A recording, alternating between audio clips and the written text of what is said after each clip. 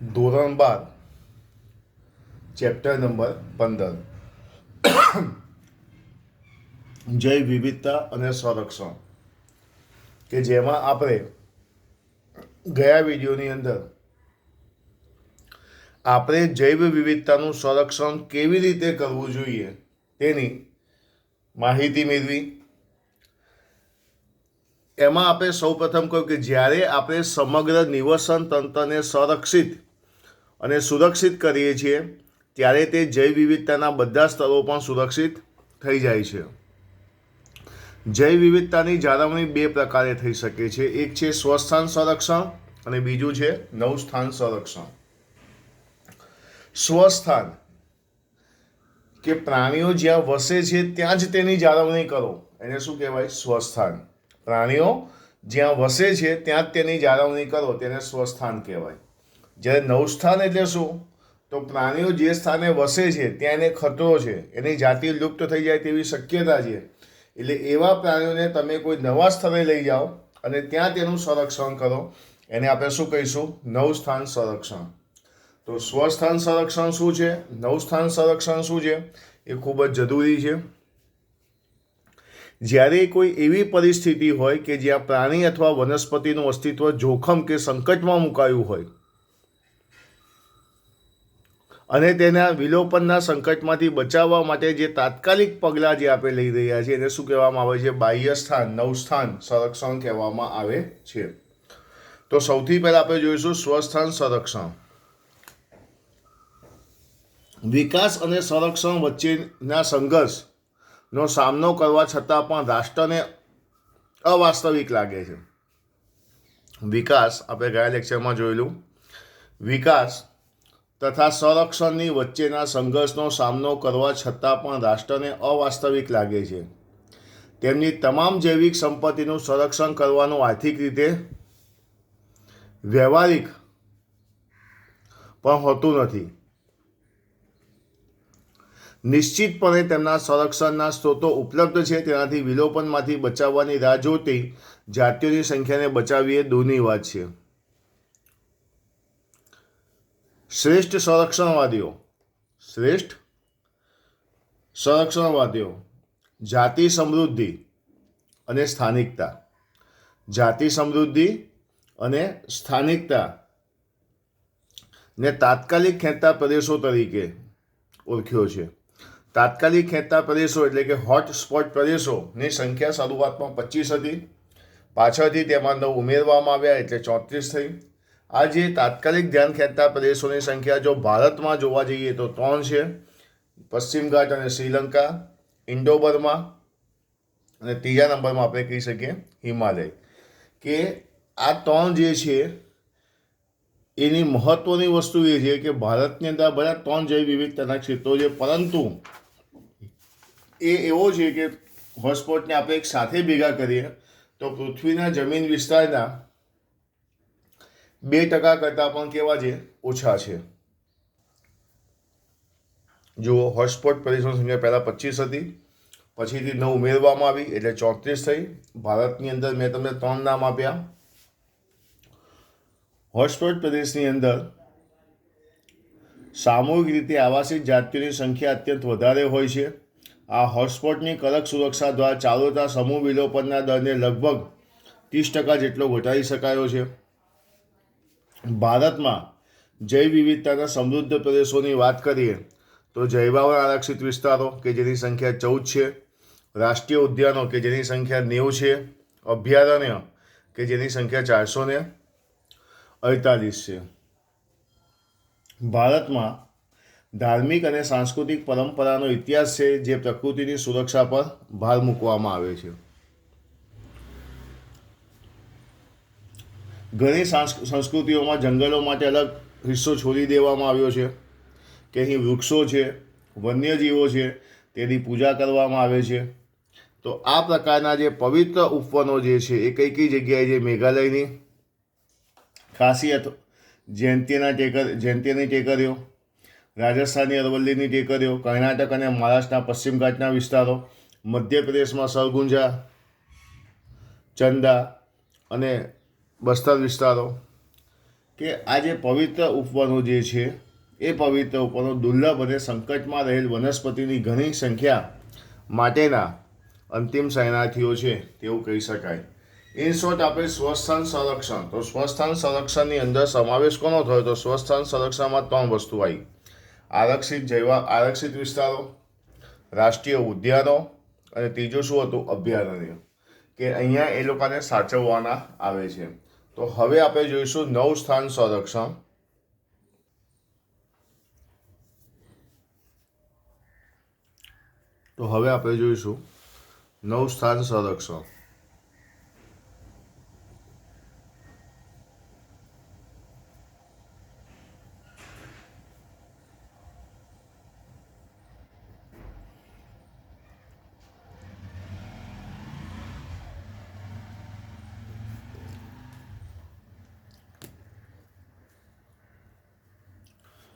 આ અભિગમમાં સંકટમાં રહેલા પ્રાણીઓ અને વનસ્પતિઓને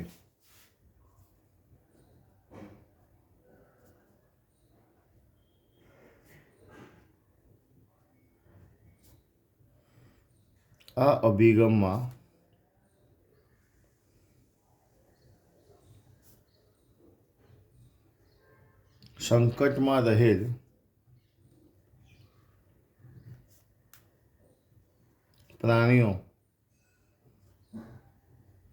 અને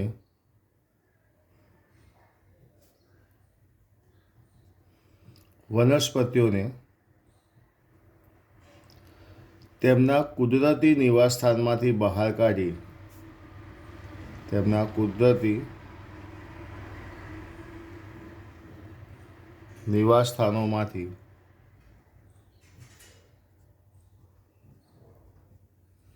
બહાર કાઢી લેવામાં આવે છે.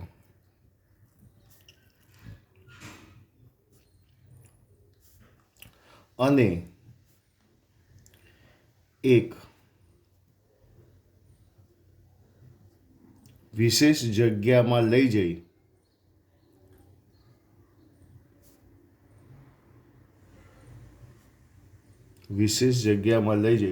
સમૂહમાં રાખવામાં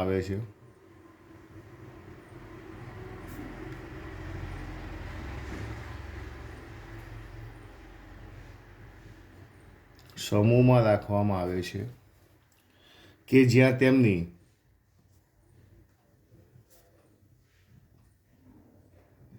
કે જ્યાં તેમની સારી સુરક્ષા કરી શકાય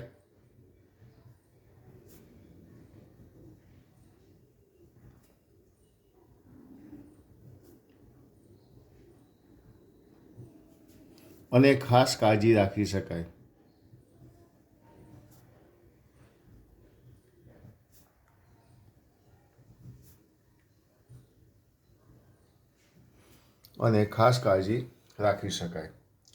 આ અભિગમમાં સંકટમાં રહેલા પ્રાણીઓ અને વનસ્પતિઓને તેમના કુદરતી નિવાસસ્થાનોની બહાર કાઢી લેવામાં આવે છે અને વિશેષ જગ્યામાં લઈ જઈ સમૂહમાં રાખવામાં આવે છે, ત્યાં તેમની સારી સુરક્ષા કરી શકાય અને ખાસ કાળજી રાખી શકાય.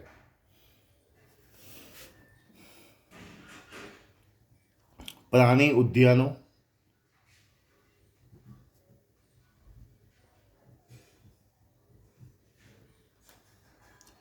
વનસ્પતિ ઉદ્યાનો,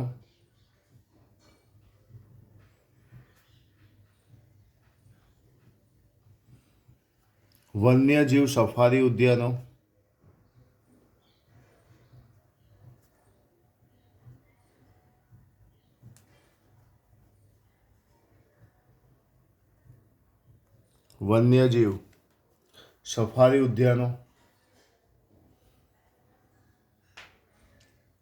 આ હેતુ માટે સેવાઓ આપે છે.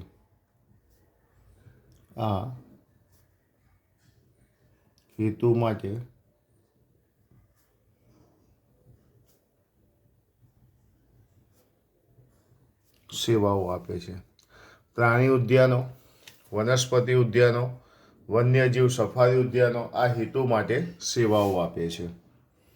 કે પ્રાણીઓ જે જગ્યાએ સુરક્ષિત નથી તો તેમના કુદરતી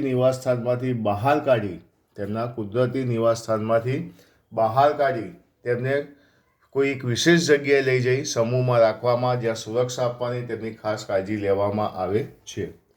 આ માટે પ્રાણી ઉદ્યાનો, વનસ્પતિ ઉદ્યાનો અને વન્યજીવ સફારી ઉદ્યાનો આ હેતુ માટે સેવાઓ આપે છે. એવા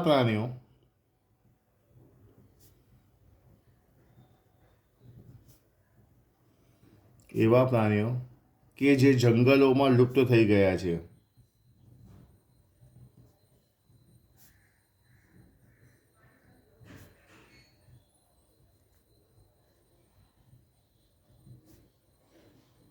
એવા પ્રાણીઓ કે જે જંગલોમાં લુપ્ત થઈ ગયા છે, પરંતુ પ્રાણી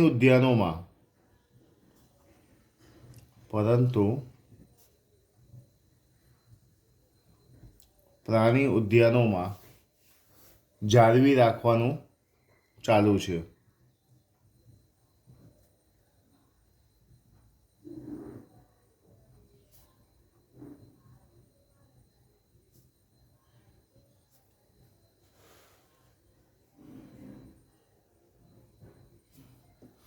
એવા પ્રાણીઓ કે જે જંગલોમાં લુપ્ત થઈ ગયા છે, પણ આવા પ્રાણીઓને પ્રાણી ઉદ્યાનોમાં જાળવી રાખવાનું ચાલુ છે.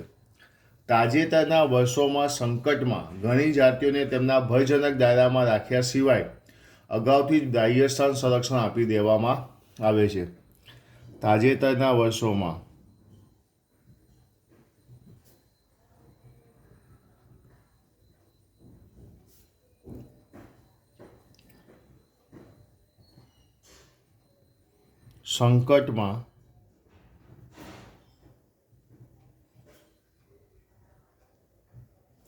ઘણી જાતિઓને તેમના ભયજનક દાયરામાં રાખ્યા સિવાય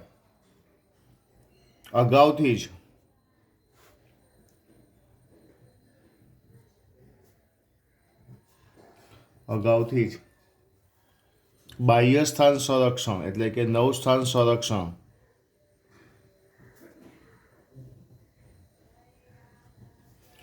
આપી દેવામાં આવે છે.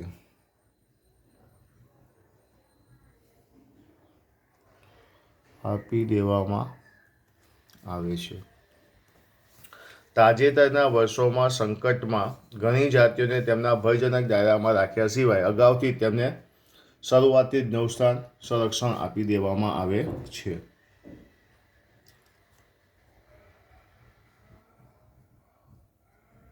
હાલમાં સંકટમાં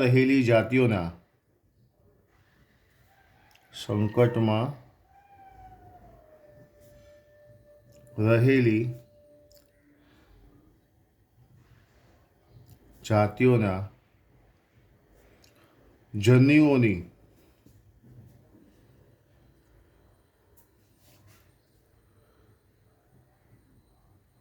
ક્રાયો પ્રિઝર્વેશન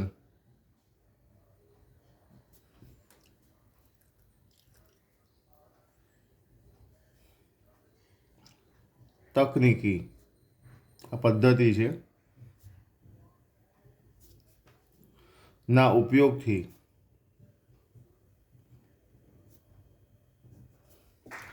હાલમાં સંકટમાં રહેલી જાતિઓના જન્યુઓની ક્રાયો પ્રિઝર્વેશન કે જેમાં એમના જન્યુઓને -196 તાપમાને રાખવામાં આવે છે. એના ઉપયોગથી જીવિત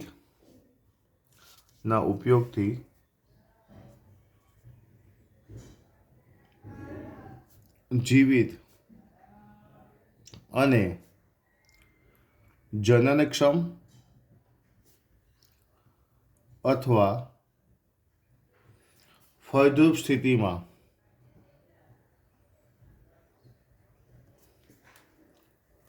લાંબા સમય માટે સાચવણી કરી શકાય છે.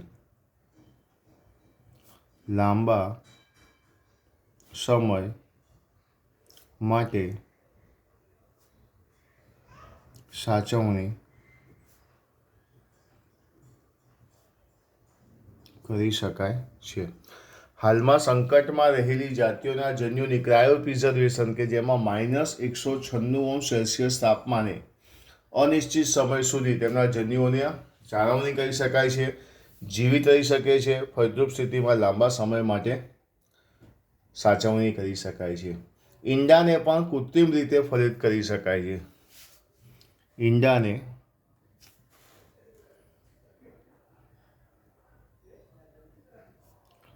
કૃત્રિમ રીતે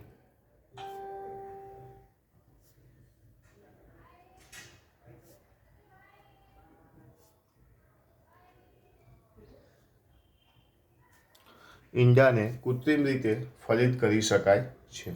જોઈ લો બધા એકવાર કમ્પ્લીટ આ બે મુદ્દા.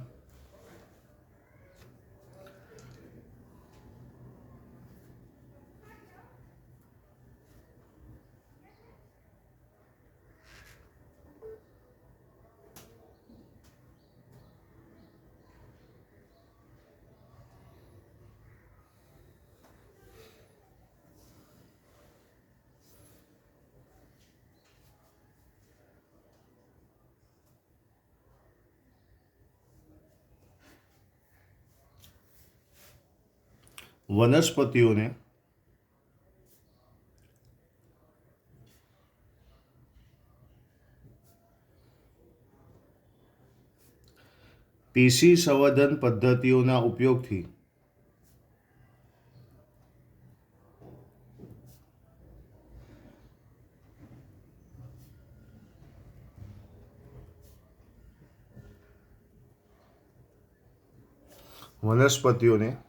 પેશી સંવર્ધન પદ્ધતિઓના ઉપયોગથી પ્રસર્જિત કરી શકાય છે.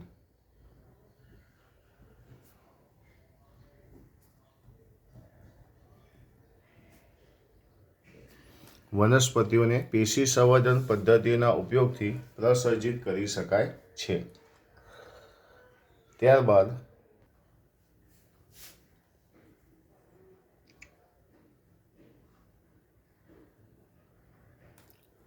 વ્યાપારિક ધોરણે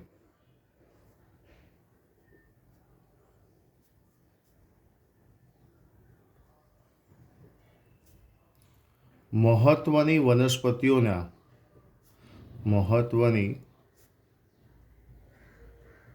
વનસ્પતિઓના જનીનિક જાતોના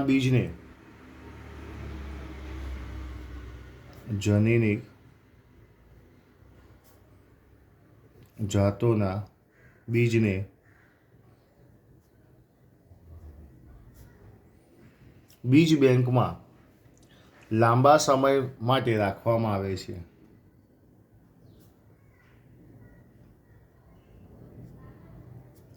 લાંબા સમયગાળા સુધી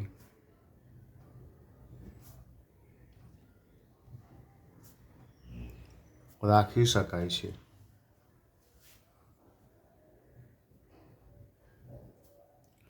જૈવ વિવિધતા માટે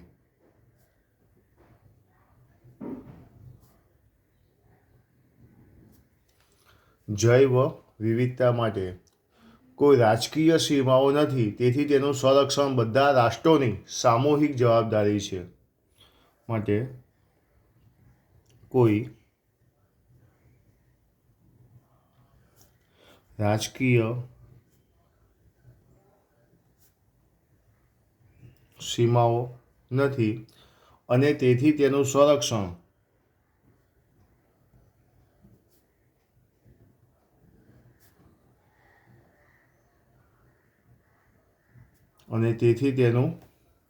સંરક્ષણ બધા રાષ્ટ્રોની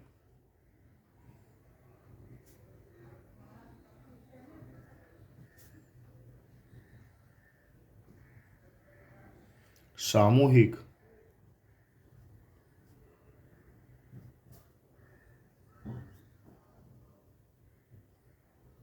જવાબદારી છે.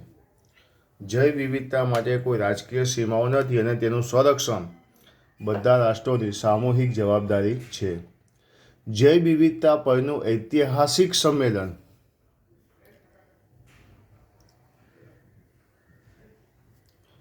જૈવ વિવિધતા પરનું ઐતિહાસિક સંમેલન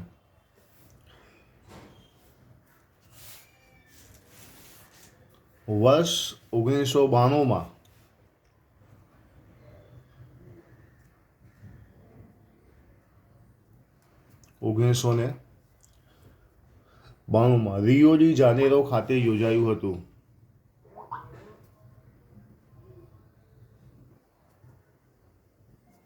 Rio de Janeiro the capital of Brazil, બ્રાઝિલની રાજધાની છે. 1992 રિયો ડી જાનેરો ખાતે યોજવામાં આવ્યું હતું.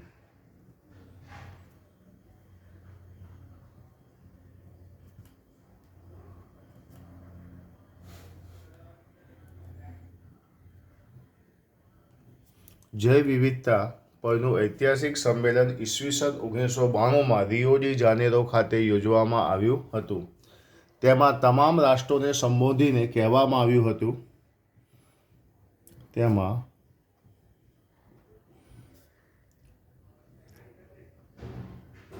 તમામ રાષ્ટ્રોને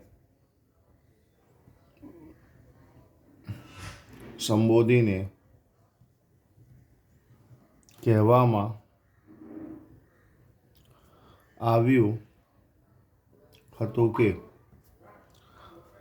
જૈવ વિવિધતાના સંરક્ષણ માટે યોગ્ય પગલાં લેવા અને તેના લાભોને એ રીતે ઉપયોગ કરવામાં આવે જેથી તે લાંબા સમય સુધી મળતા રહે.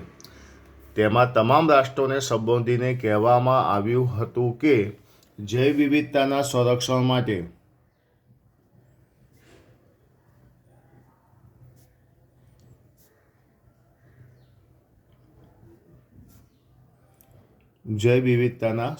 માટે યોગ્ય પગલાં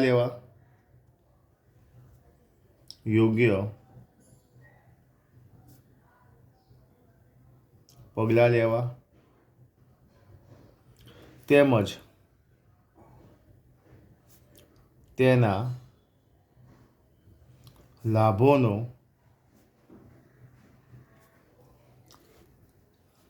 એ રીતે ઉપયોગ કરવામાં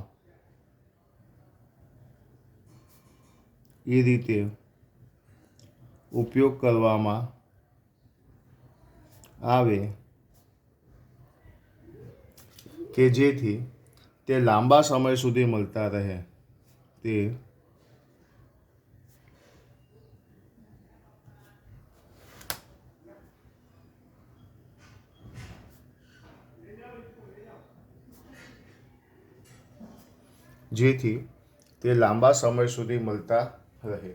તો જૈવ વિવિધતાનું ઐતિહાસિક સંમેલન વર્ષ 1992 રિયો ડી જાનેરો, જે કેપિટલ છે કોની? બ્રાઝિલની રાજધાની છે, ત્યાં કરવામાં આવ્યું હતું.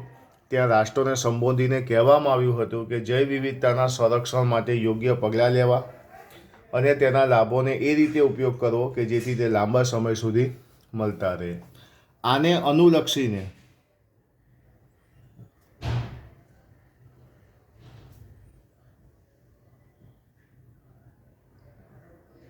આને અનુલક્ષીને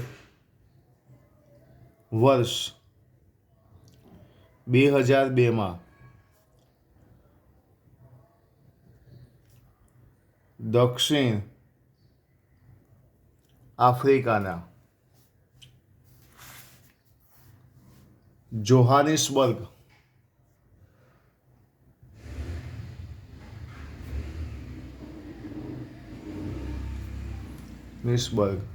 માં ટકાઉ વિકાસ પર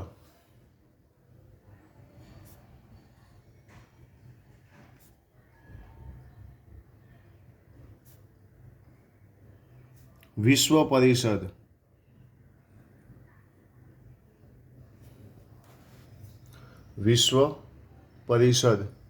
યોજવામાં આવી.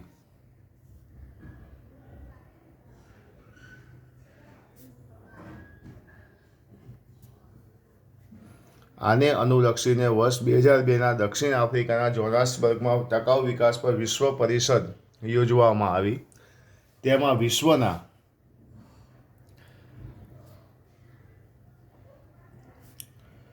તેમાં વિશ્વના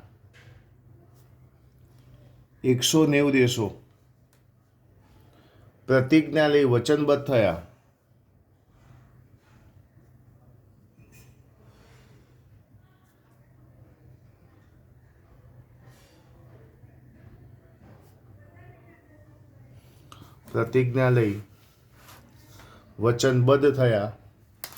કે તેઓ 2010 સુધીમાં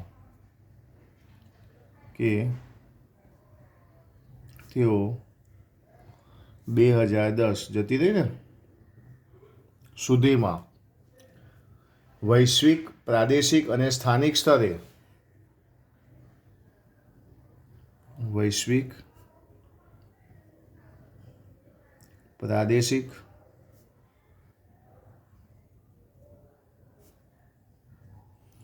અને સ્થાનિક સ્તરે ઘટતા જતા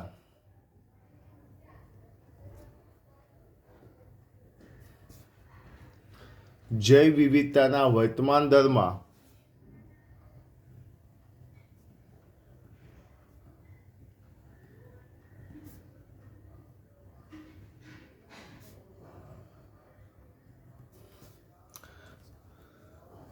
વર્ષ 2002માં દક્ષિણ આફ્રિકાના જોહાનિસબર્ગમાં ટકાઉ વિકાસ પર વિશ્વ પરિષદ યોજવામાં આવી. વિશ્વના 190 દેશો એ પ્રતિજ્ઞા લઈ વચનબદ્ધ થયા કે તેઓ 2010 સુધીમાં વૈશ્વિક, પ્રાદેશિક અને સ્થાનિક સ્તરે ઘટતા જતા જૈવ વિવિધતાના વર્તમાન દરમાં નોંધપાત્ર ઘટાડો કરશે.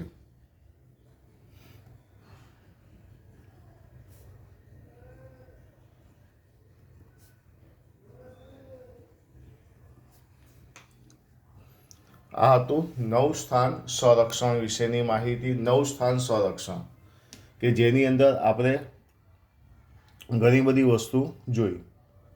હવે કેટલીક મહત્ત્વની વસ્તુ કે જૈવ વિવિધતાના સંરક્ષણ માટે કઈ કઈ સંસ્થાઓ છે જે કામ કરે છે. તો જૈવ વિવિધતાના સંરક્ષણ માટે એક આવે છે WCU, વર્લ્ડ કન્ઝર્વેશન યુનિયન, અને બીજી આવશે WWF, વર્લ્ડ વાઇલ્ડલાઇફ ફંડ, જે વિશ્વ સ્તરે જૈવ વિવિધતાની જાળવણી માટે સંસ્થા કાર્ય કરે છે. તો અહીંયા તો તમારે પૂરું થઈ ગયું. ખાલી યાદ રાખવાનું છે આ વસ્તુ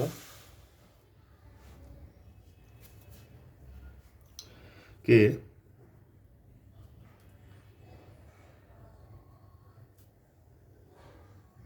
વિશ્વ સ્તરે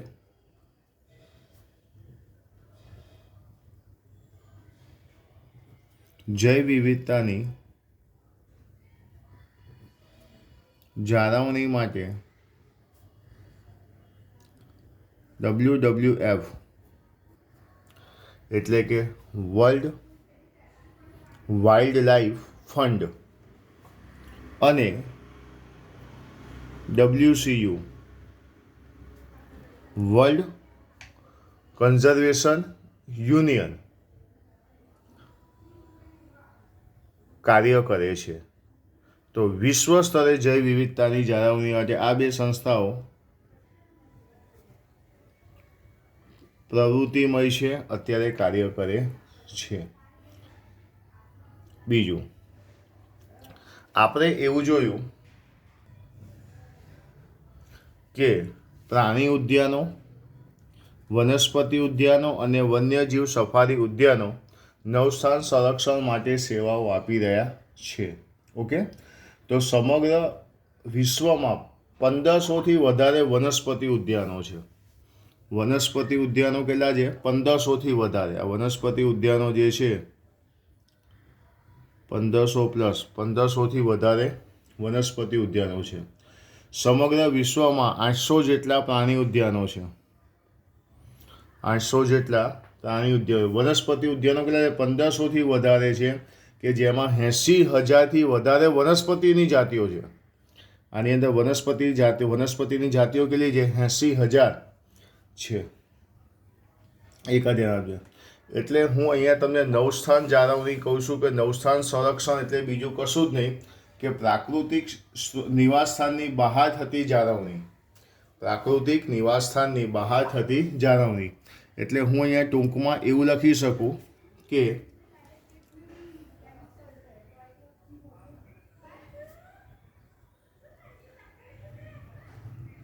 જનીન સ્ત્રોતોની તેના પ્રાકૃતિક